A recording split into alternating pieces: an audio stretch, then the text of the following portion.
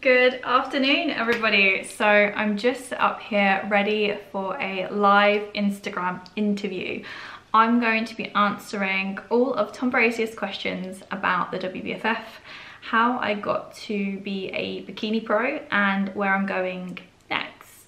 Future plans, future goals. So might be some goss in here. Hopefully you enjoyed this interview. If you did, please drop me a comment in the comment section below.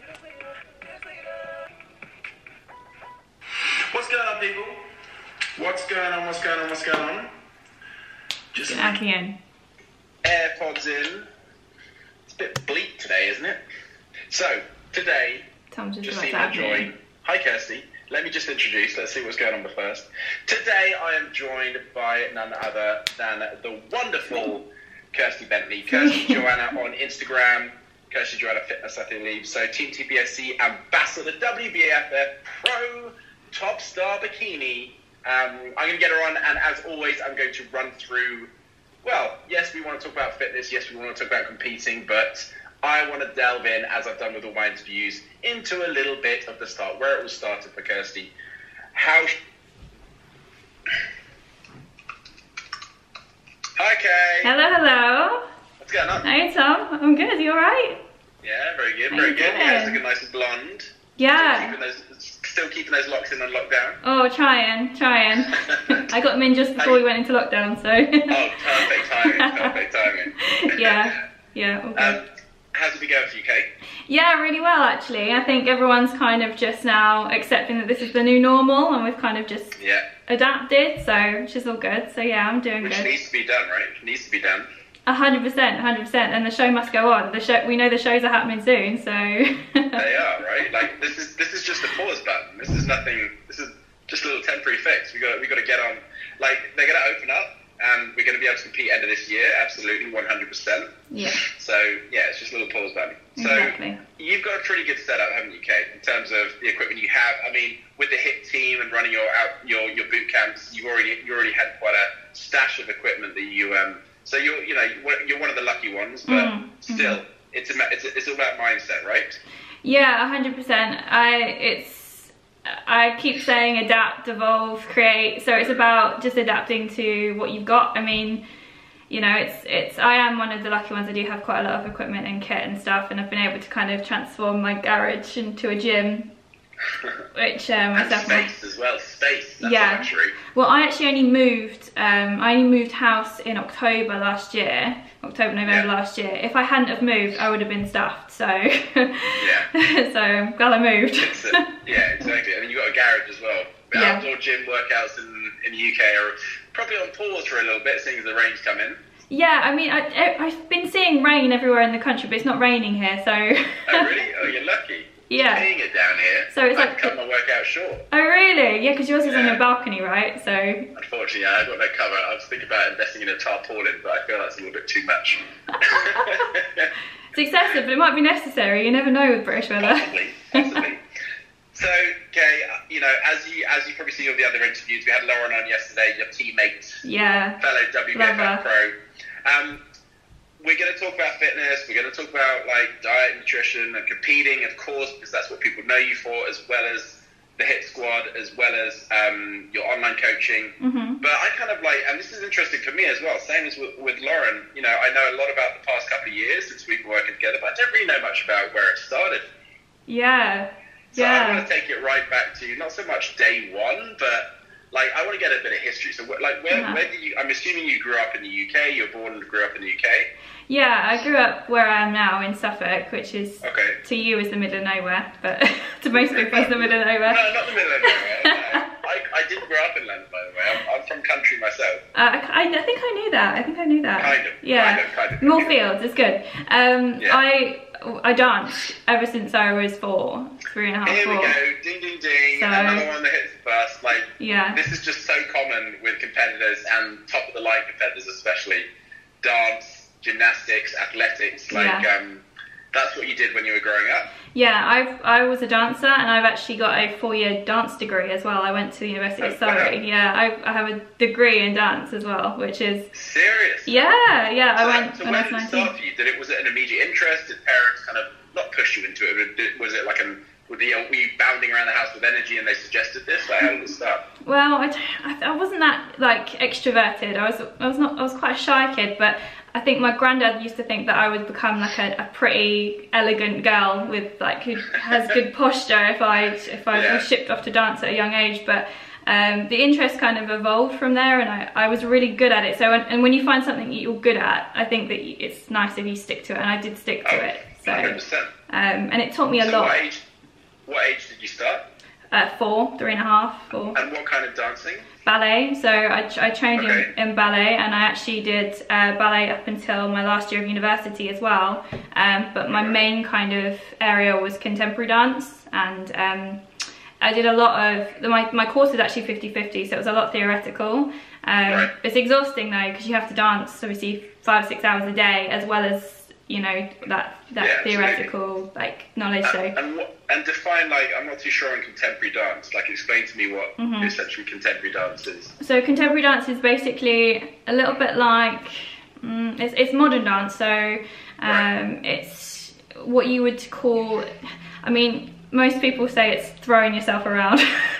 Essentially, it's very athletic. There's a lot of kind of skills that you need to develop, which has always helped me with kind of my physique as well. But you don't wear any shoes or anything like that, so it's just more modern, and yeah, it's a little bit more modern than ballet, but it's not quite like, it's not quite street or anything like that. Although I think I'm gonna have to Google this stuff. So I'm gonna Google Kirsty Bentley dance. Yeah, see if I can get any YouTube videos up. Yeah, you would find them as well. You would, or if you go all the way back through my Instagram, you would as well. But no one wants to go that far.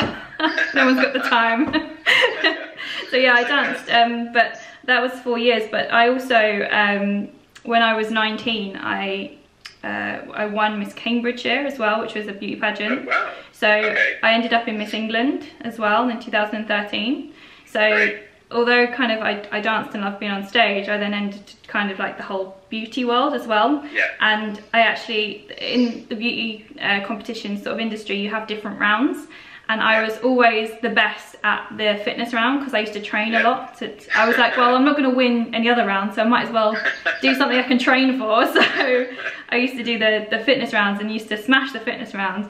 But so I sort of moved away from beauty pageant. And so was that just, did you do that for a couple of years? Was it just one competition when you went to Miss England? Like, how did it? A couple of years after Miss England, I actually got the opportunity to do it's almost like a marine conservation, I guess it was like a project. It was a beauty pageant, but it was based in Egypt, and I learned to scuba dive, and I had that opportunity as well. It was kind of I used to do, a lot to do with beauty pageants is about kind of raising money and a lot of charity stuff. Charity stuff and that sort of thing. So I went and did, I learned to scuba dive and that sort of thing through a beauty pageant in Egypt. But after then, it kind of fizzled out because, you know, I was always the nice girl, always the one that everyone liked, but always this was 41. This was pre-university, right?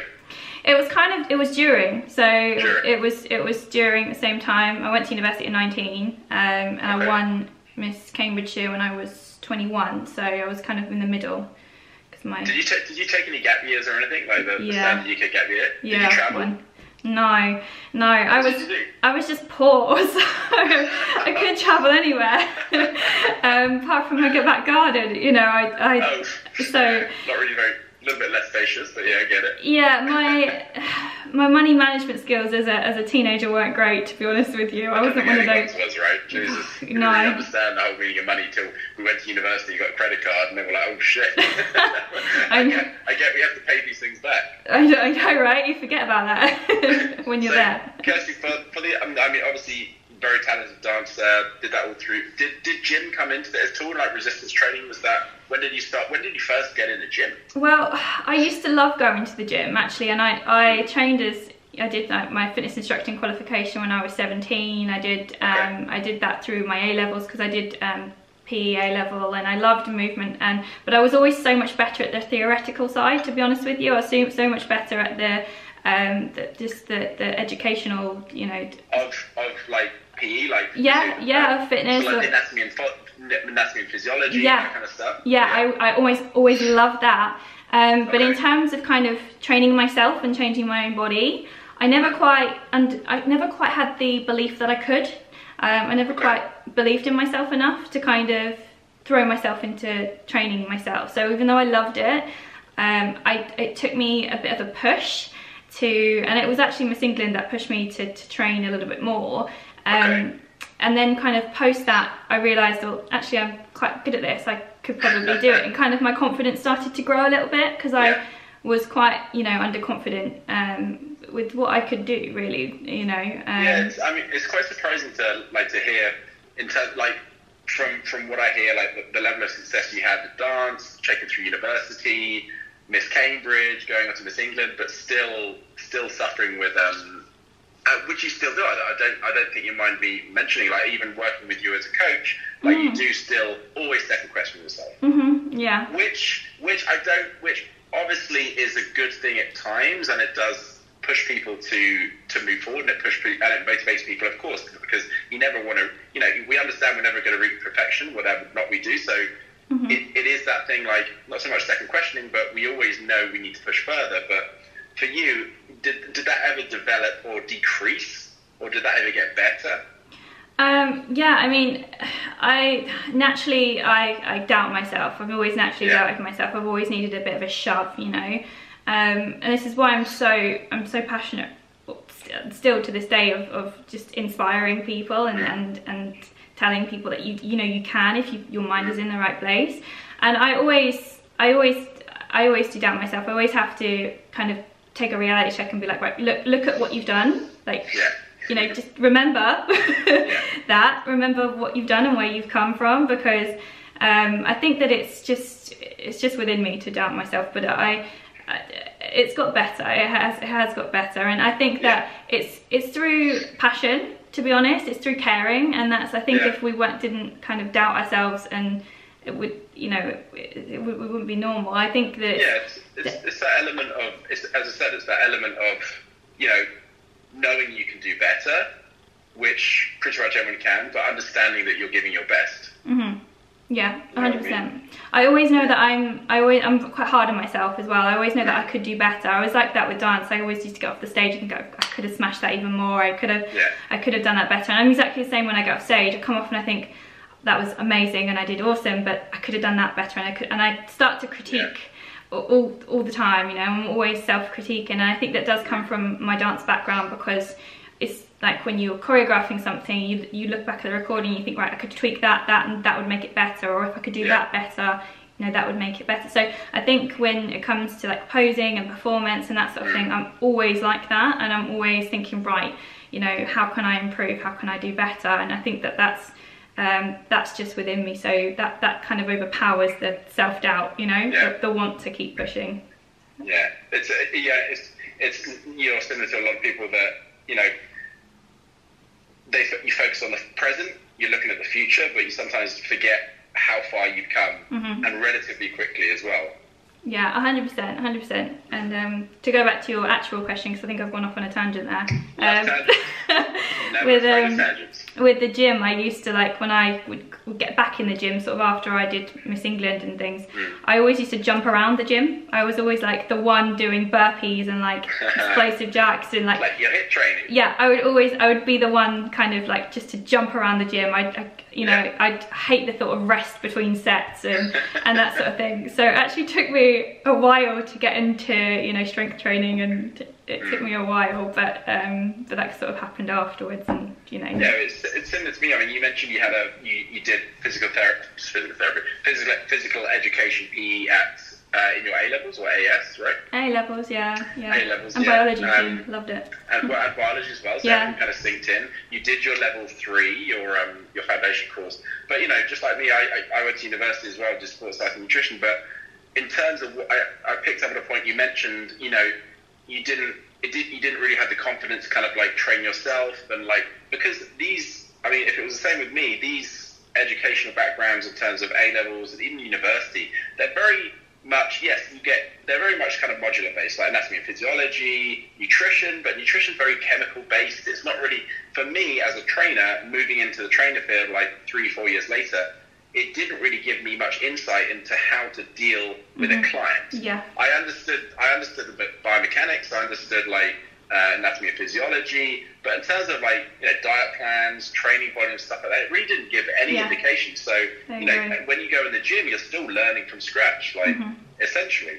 Yeah. Like you don't know, I don't know how you kind of, what your goals were when you went into the gym, were your goals like quite sport specific in terms of, I want to get stronger for dance, or I want to increase my endurance? Was that your goals initially? It's funny because I went into I agree with you, by the way, completely. Training a client and kind of the knowledge that you gain from just being passionate about what you do and researching, experimenting, and experience is completely different to kind of textbook smart. Like, it's different. Absolutely. But with my goals and stuff, I was very fitness focused, so I love to run like obstacle races, and I love to be fit for dance. I loved it because I all of a sudden went from the unfittest person in the room to the one where all the girls in the beauty pageant would be like, that's the girl with the six-pack sort of thing. Like I went from that transition, so I loved being that girl, and that was incredible for me. I was like, oh my god, you know, that this is amazing. So I love that, and it didn't become aesthetic focused until I started getting into competing. I looked at my body like it was a machine, as opposed to something that needed to be changed and built in certain areas and that sort of thing. And that's kind of where Kieran came in, my husband, because has been strength training for a long time, and when I got in the gym and I was kind of jumping around doing burpees, and he was like, what are you doing? Like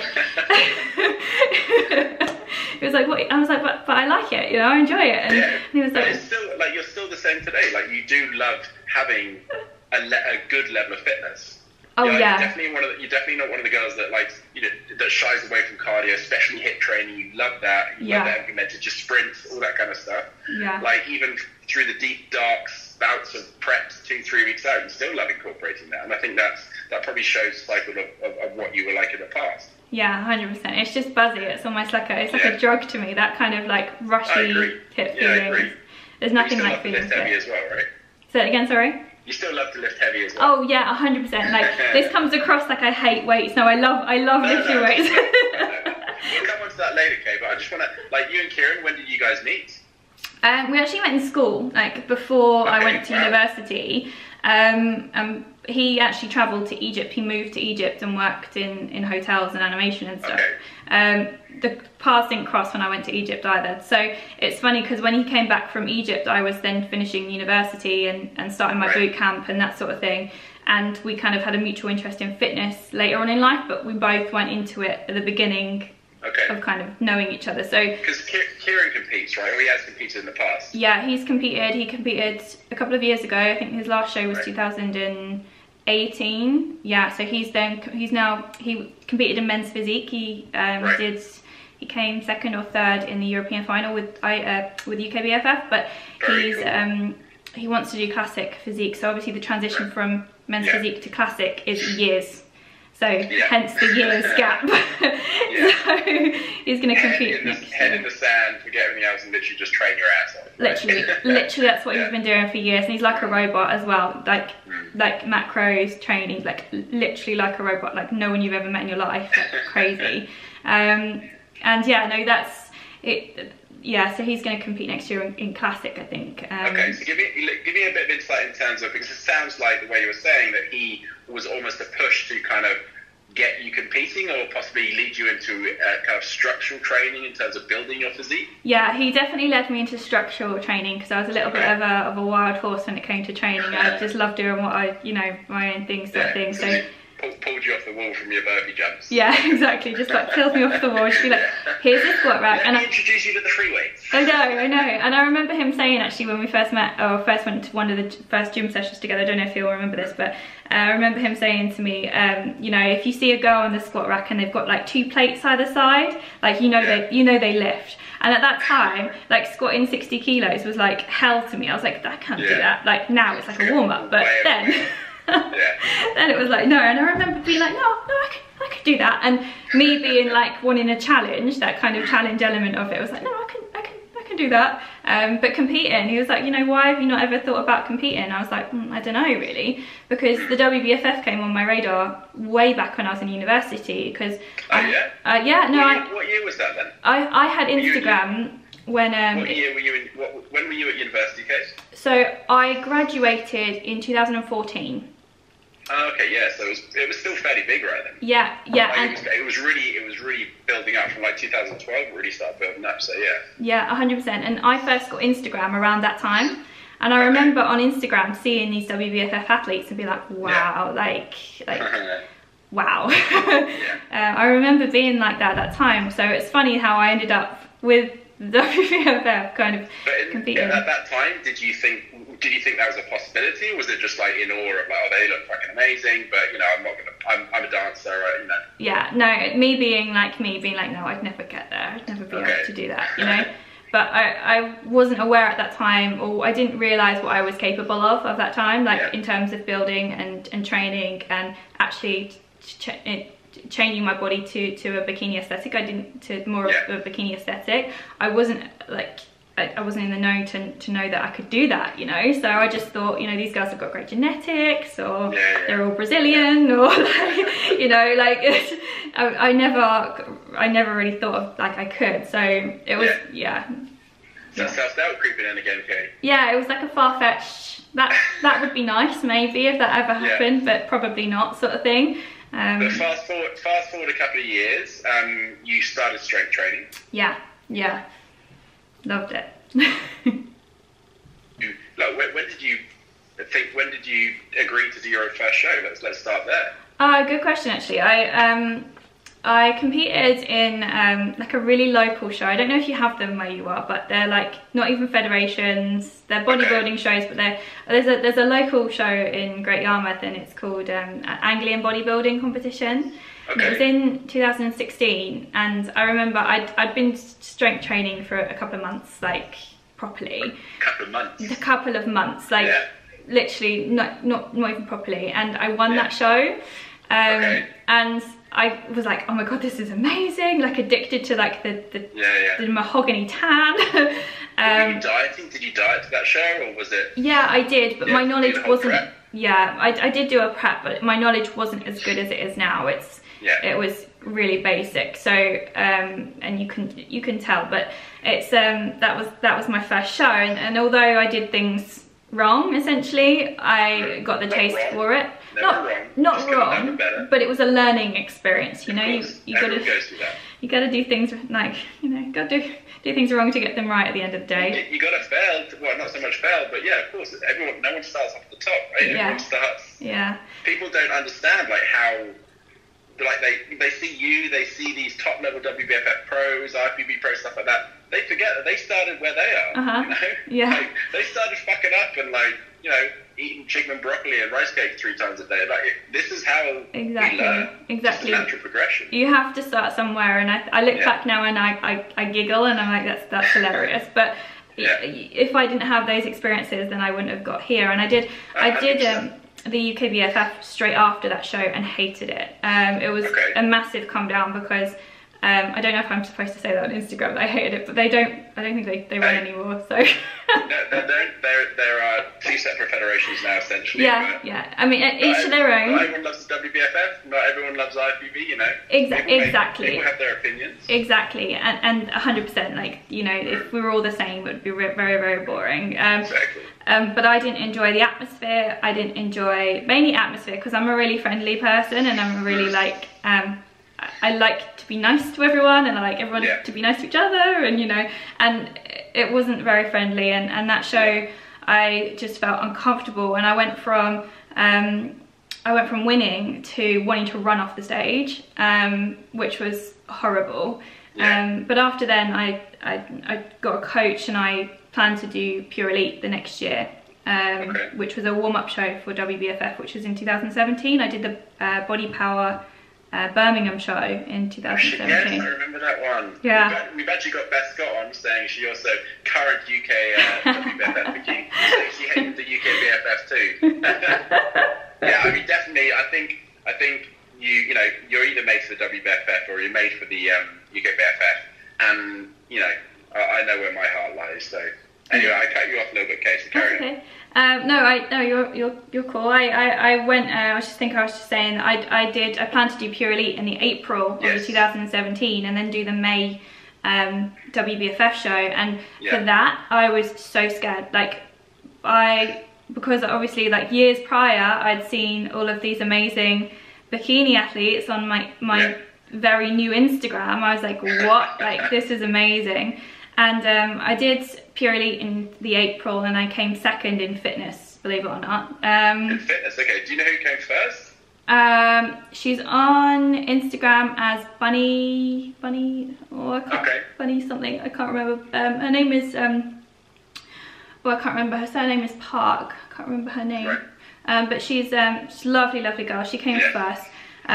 So this wasn't the same time as Lauren was competing, or wasn't the same show, I don't think. I think Lauren was a little bit before me. But yeah, funny enough, I came second in fitness, and at the time I thought I was fitness. I was like, no, you know, fitness. I was quite quad dominant, and I thought I could get quite good conditioning, and so I went straight into WBFF Body Power, which was in Birmingham, the May show, and I only entered fitness. And I remember Christina Silva coming up to me backstage, and she ran up to me and she grabbed my shoulders, and I don't know if she'll remember this, but she grabbed my shoulders, and she was so close to me. She looked at me like this. She was like, "You look amazing. I think you're going to do so well today." And I said, I was so taken back. I was like, "Oh, thank you. It's my first WBFF show." I said, "Oh, thank you so much." And she said, "You're bikini, right?" And I went, "No." What was your reaction to that? I think I just froze. Did your heart literally drop? Literally, I think my stomach just did flips, and my heart just sunk, and I was like, "No, I'm in fitness." And she just looked at me and said, "Oh, okay," and then just walked off. And this was like the worst thing you could say, right? Oh my gosh, this was right before I got on stage. My heart was in the right place, but it's just to hear that backstage when you're literally going on stage for fitness, say you're bikini, it's just like I mean, such a lovely girl, bless her, and she came up to me, and her heart was in the right place, but I think she was just so confused as to why I was in fitness, and at that time Kerry Green was in fitness. Yeah. Because she then later moved to figure, and you've got me and Kerry, I'm bikini, and she's figure now, like, or was, and like together it was crazy. But I clearly wasn't fitness. I came top 5, but I had a message from one of your friends, the very lovely Sean Stafford. Mr. Staffs. That night, and he was judging that show, wasn't he? He was judging. So was Susie Woffenden, actually, and Sophie as well, when she did hair and makeup, and they both said to me, "Look, if you would have been in bikini tonight, you would have won." It's funny actually, because a lot of the time they actively move people from bikini, like they, you know, after the first round, after the bikini round, they'll move you in. But I think just because the body power was it was a harder show because we didn't have full control over it. Because it was body power, so it was a bit kind of rushed as well, so it's a real shame. Yeah. But how did you take that? I was like, right, sign me up to November. Like, there we go. Straight away. I'd had the time of my life as well. I loved it, and the feedback from a lot of the people running the show was like, this wasn't our best. Like, this wasn't our best show. But I loved it, and I had the best time, and I got the bug from that. You know, all of the girls came on in their theme wear, all of the pros, and I loved it so much. So I got off on that stage, and I was like, look, I've had the best time.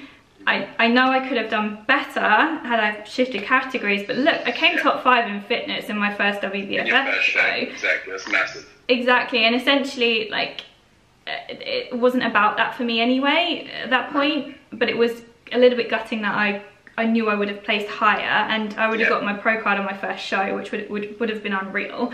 But you can tell in my reaction in November when I won, you can tell that was a long time, like, of work and of mental, like, I'm gonna, like, do this, and I came back a lot stronger from it. So I'm glad that happened, because I came back so much stronger, you know. So so 2018, let's just talk about that show a little bit. Like, did preparation change a little bit from obviously going into fitness in the 2000s, did prep change at all in terms of obviously prepping essentially for fitness, and then going into bikini in the November show, or was it like, oh well, I should have been bikini anyway, so just continue the plan? Well, funny you say that, Tom, because that's when I met you. Sure, correct. And that's when I started coaching with you. So, oh no, it wasn't actually. I met you after that. I met you after I got pro. But we did our first shows in 2018. Yeah, no, we're still on 2017. Still on 2017. Gosh, I can't even remember. I think I was still trying to build my glutes because I've always been very. As with 99%, actually no, 100% of all bikini competitors and fitness and figure. Yeah, I mean, naturally, I have no glutes. Like, if you look at images of me when I was a teenager, no bum, like, at all. Like, I was always very front dominant.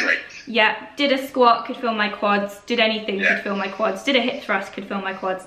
So, you know, so I had a lot of like glute work to do, but I just kept on training and kept on going. And yeah, I think I just started to kind of really build on my posterior chain, which is what I've really needed. Still am. We still are. it's a never-ending goal, like, for everyone. Like, it's literally the number one. I don't think there'll be ever a time when, you know, a bikini or physique or fitness girl says, okay, you know what? I'm done. Yeah, enough posterior chain. I'm going to take some time off.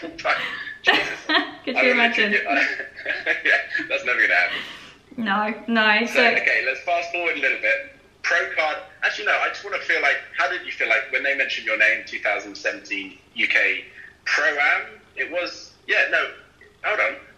Did you do the 2017 was the Worlds, and then it was an amateur show, and so you did the amateur show in November, and that's the one you won. So how did it feel when you, and can you remember who you were on stage with, like top three? Yeah, I was on stage with Bex, Shield, and I was on stage with, who else was I on stage with? One of the TBC girls that her name is just gone from my head completely. It's your teammate, Kirsty. Oh my gosh, I can't even remember.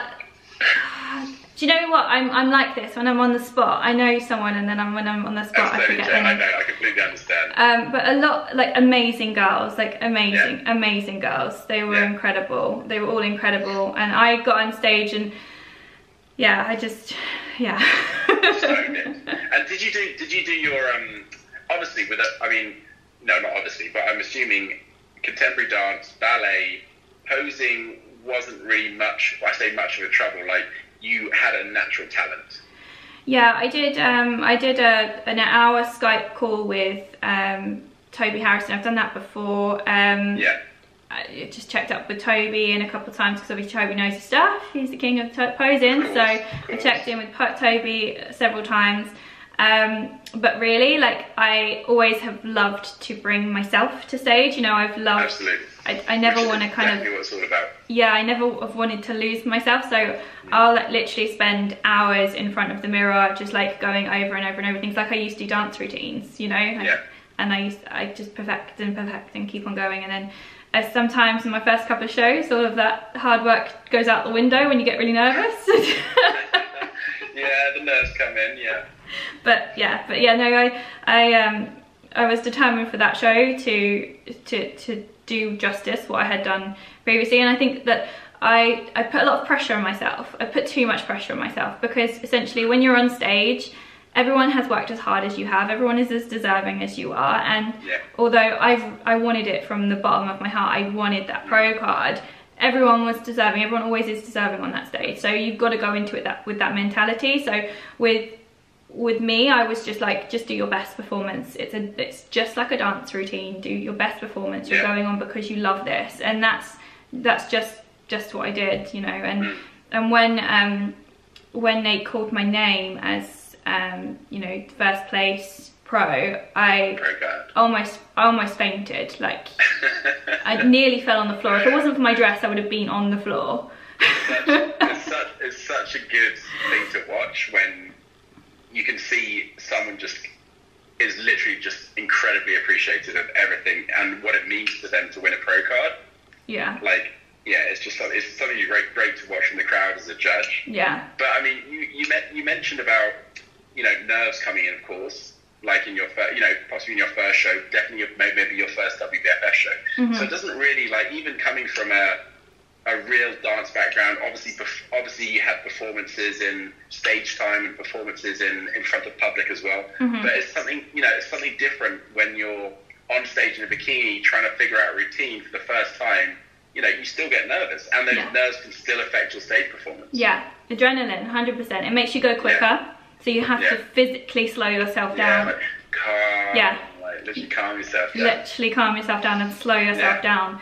And especially with me when I get really excited, and when you come from a dance background, it's all about energy and pizzazz, and then when you get on stage, you've got to calm yourself down. It's like, take a breath, you know. Exactly. And earn your stage time, because you don't get that much stage time. You know, you got to walk up, slide to side. You rush that, you know.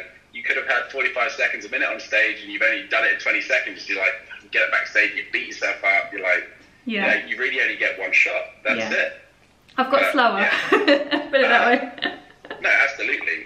So after of course, Pro Card 1, feeling amazing. Did you literally, was it not back to the drawing board, but was it like, okay, I want to compete again, when can I compete again? Yeah, I mean, you have a realization then that you now have to compete with all the pros.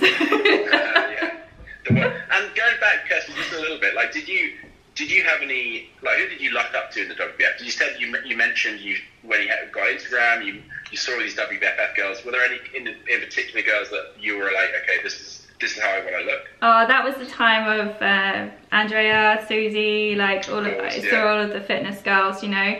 Bikini wasn't really on my radar much. I almost I thought that all of the muscle was way more impressive, you know. I didn't realize that bikini you still had to have a lot of muscle. It was still just as hard.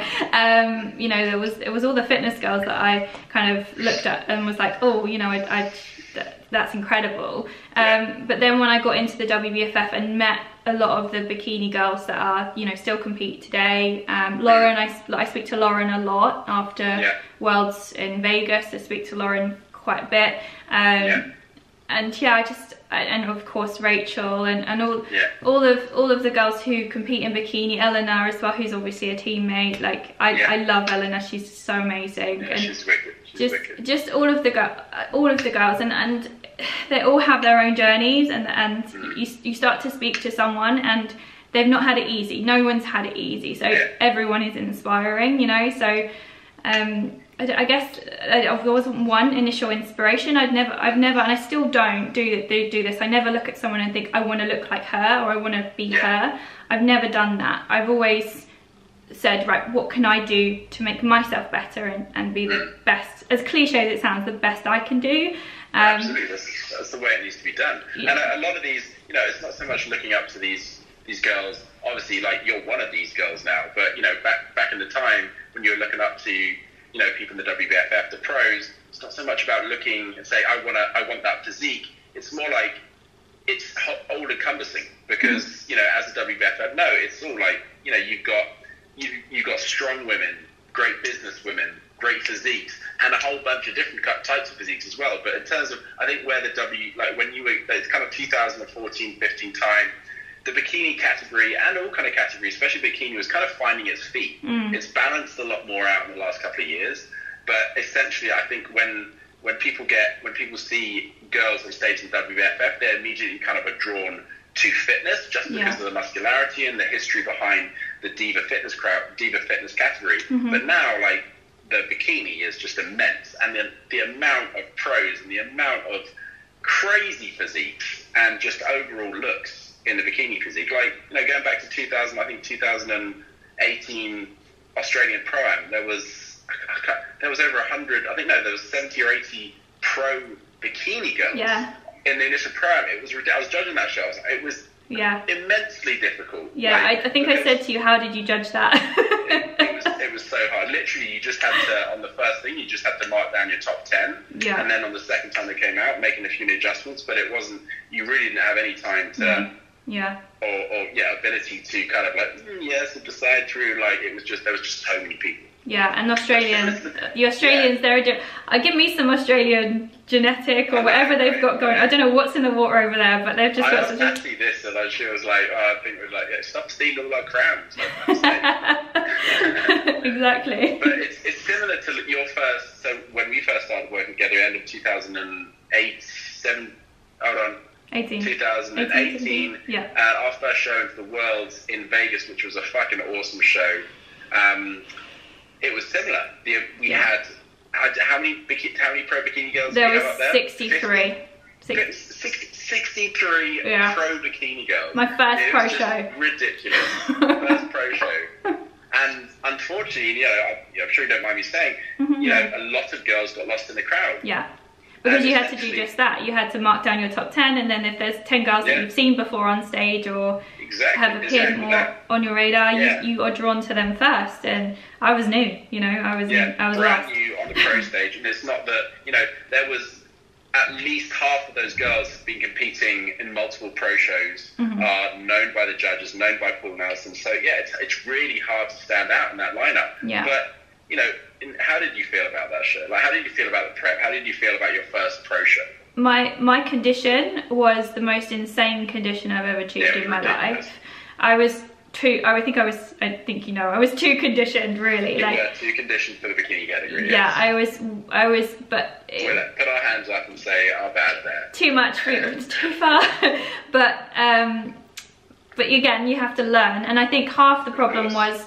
it was my first time abroad competing, and I was almost hyper aware of sodium and American food and not having something that would detriment my journey so far. So I was over cautious. I think I was too cautious because, when you're trying to carb up and you're kind of looking at foods going, no, I can't have that, no, I can't have that, it was a massive learning curve for me. It was massive, and also it was a massive learning curve to just be up with everyone who was a pro, because obviously that was my first pro show, and I didn't put any pressure on myself whatsoever. I didn't for any moment think that I've got to go to win, and that wasn't my intention at all. But it was just getting used to being around the people you have looked up to for years, and you've watched on stage time after time, just owning it and just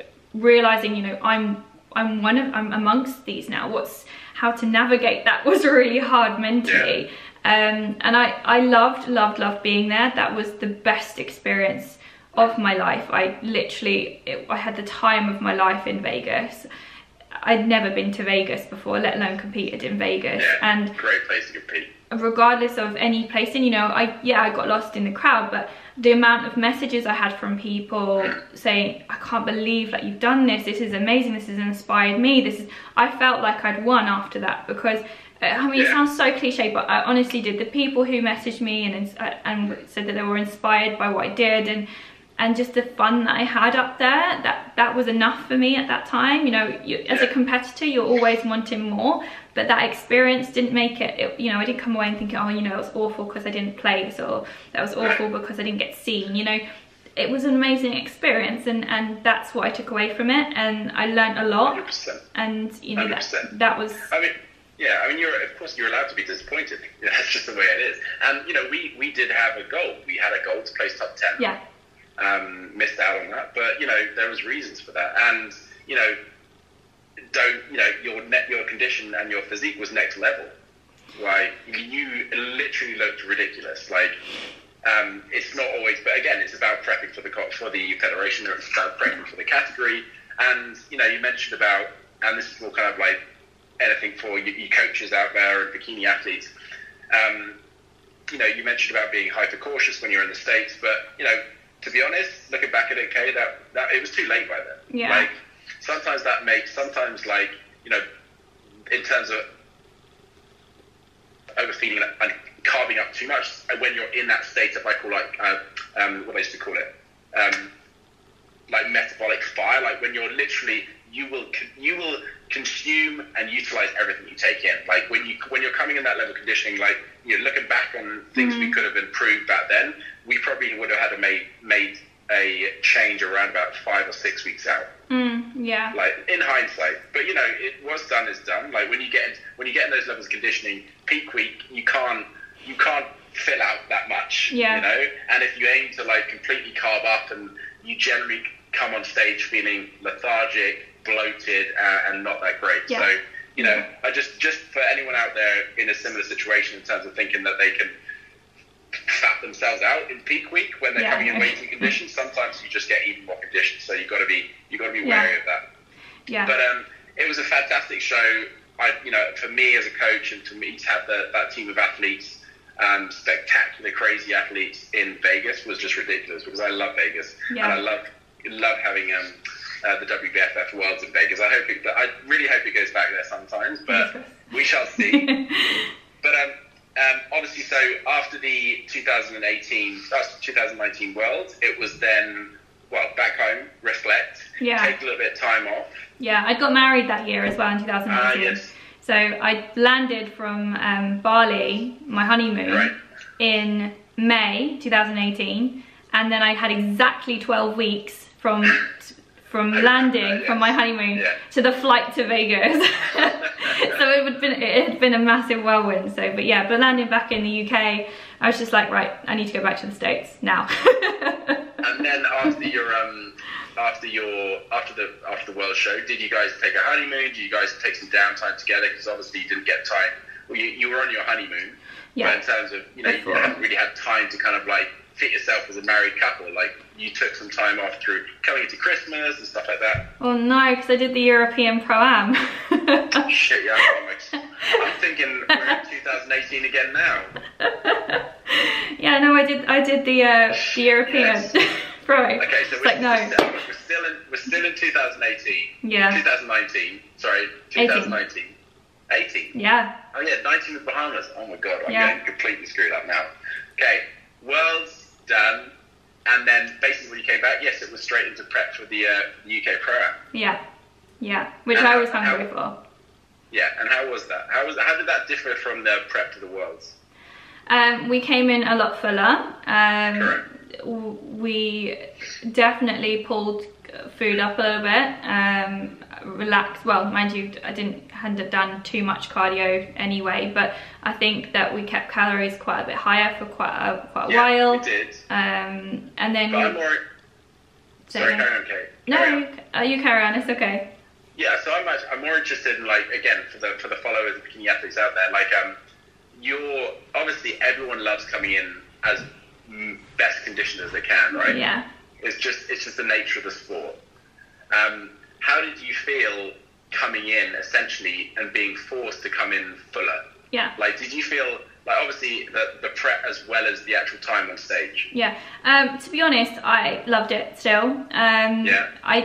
I actually didn't like how I looked that lean. I know it's impressive, but in terms of being aspiring to other people and to be sustainable, and it's not my favorite look on myself.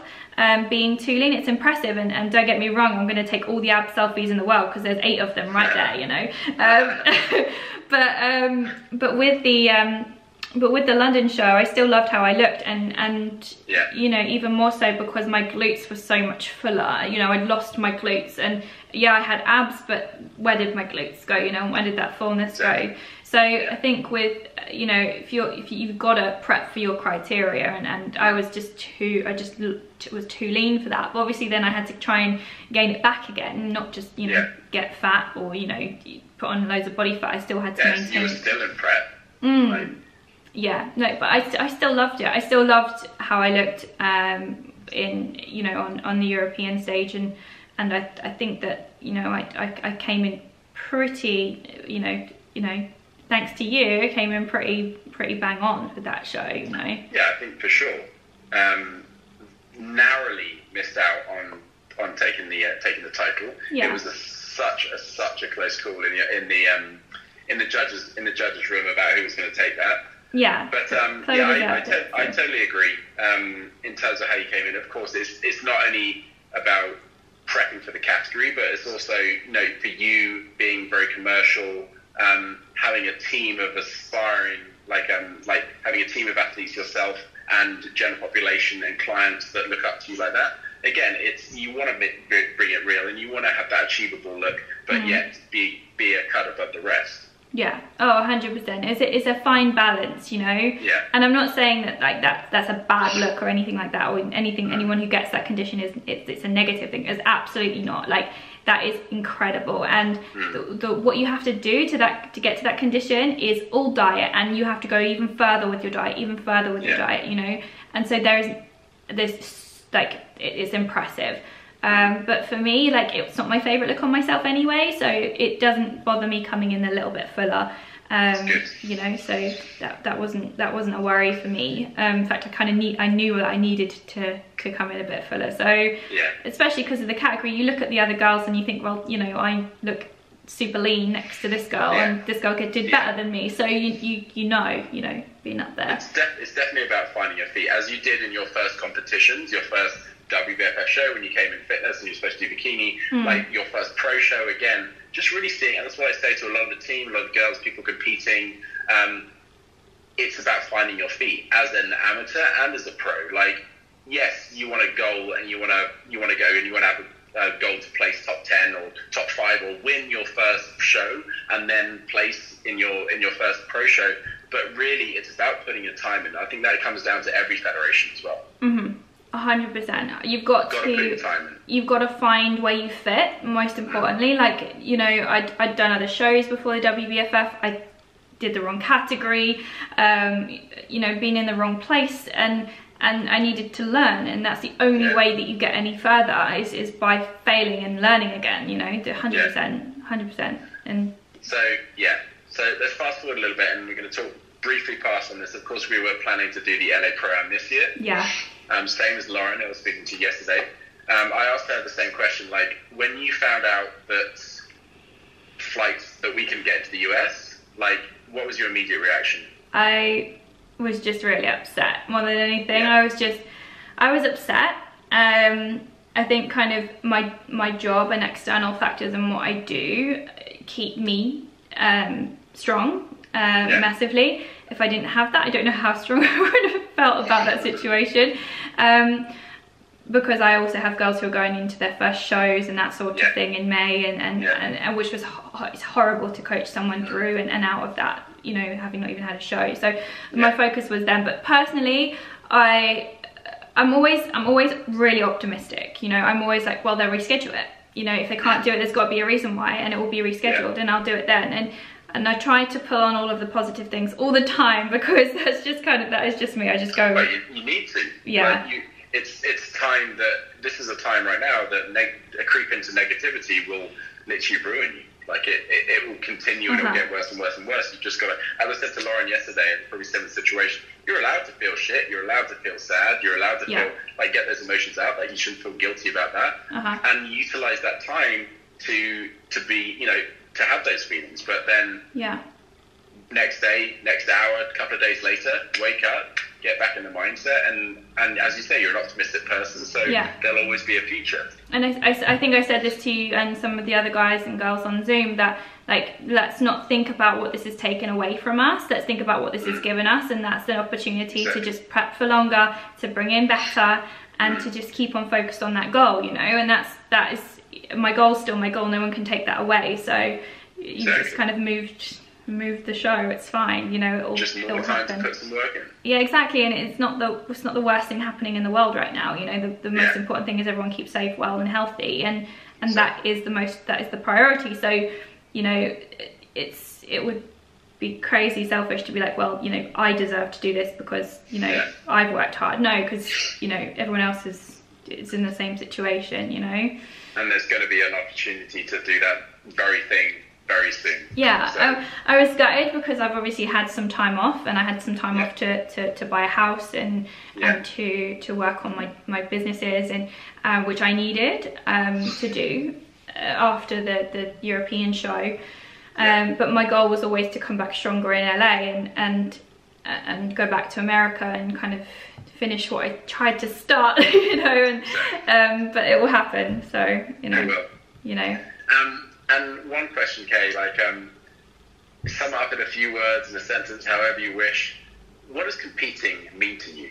Oh, it's so hard to sum up in a couple of words, man. You put me on the spot there. I said you got the option. It's just a place where that I can be expressive, I can be myself, I can show my hard work, and I can perform like I used to perform. It's also a place where I can stand up and be proud of what I do and how I inspire others, and try to just continue to try to do that, you know, and it's a platform for me to showcase not my hard work, but also represent everything that I stand for, and for that, like that means everything to me. It really does, because you know it's a showcase at the end of the day, and I feel like when you get on stage, you're not just showcasing you as a aesthetic, you're showcasing you as a person with the WBFF, and that means a lot to me, you know, because I stand for good things and I want to show that, and that's really, really important to me. You know, it's difficult to sum up, but And how do you find, just another question, how do you find prepping yourself, and obviously you're very used to it now, and working with, you know, a group of, you know, working with your clients as well who are in similar competitions, prepping for shows and stuff like that. Do you find it's an advantage that, you know, obviously you've been through it, so you know exactly how they feel? Yeah. But how do you find that, and how do you work with that with business versus competing? There are both advantages and disadvantages. You know, I took quite a lot of time off to find kind of how and how I can do things better, and that was helpful to not compete, because competing is a very self-indulgent sport. It's very much about you, and you have to kind of essentially focus on you 24/7, 7 days a week, and that can be quite consuming, both mentally and physically. But I think there are advantages too, you know, being out of show and then now coming back into it. I can relate a lot more to a lot of situations, and because I work with females, I completely understand, and there are advantages and disadvantages, absolutely. But you know, I'm in an advantageous position in the fact that, you know, coaching and my businesses they're my full-time job. You know, it's not kind of something that's new. It's very I kind of know what I'm doing, sort of thing. So, and I did need that time to refine some things, and I've done that. So I found that, you know, fine this time.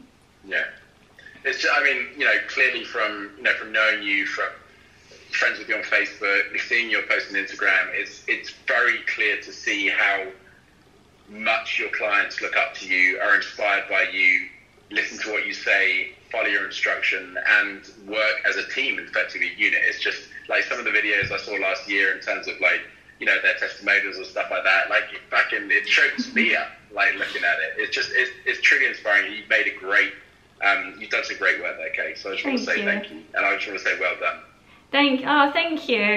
No, that means a lot. It means a lot, and no, it really does. And it's just so good to see. Like, for me, anyone who, you know, as a physique model, as a trainer, as a coach, whatever, that can inspire people, and bring them through effectively their journey and teach them from their past experiences, is just, you know, it's gold. 100%. And you know, like, that's the thing, is when you get on stage, and if you're able to inspire other people by what you're doing, I think it's really important that it means more than just how you look at that time, and you, like, it means more to me than just me. Do you know what I mean? And that's really important to me, that it comes across on stage that this is more about, you know, everyone, and how, you know, my prep or my achievements and where I get to and what I achieve can help other people. It's more than just me, and that's so important to me. So when I see someone who's won on stage, like, I've followed obviously all of the shows over the last however long that I've not been competing, when someone wins and I'm like, you know, that's going to do amazing things for other people, that's going to inspire other people, that's incredible, and I love that, you know. So that's really, really important to me. And I'm sure, you know, a lot of your team, people who compete, you know, they're sometimes there to pick you up when, you know, when you're at your wit's end. Yeah, no, I'm really lucky. I've got the most amazing clients, both my boot camp clients and my online clients. They're just incredible, and I'm very grateful to have them.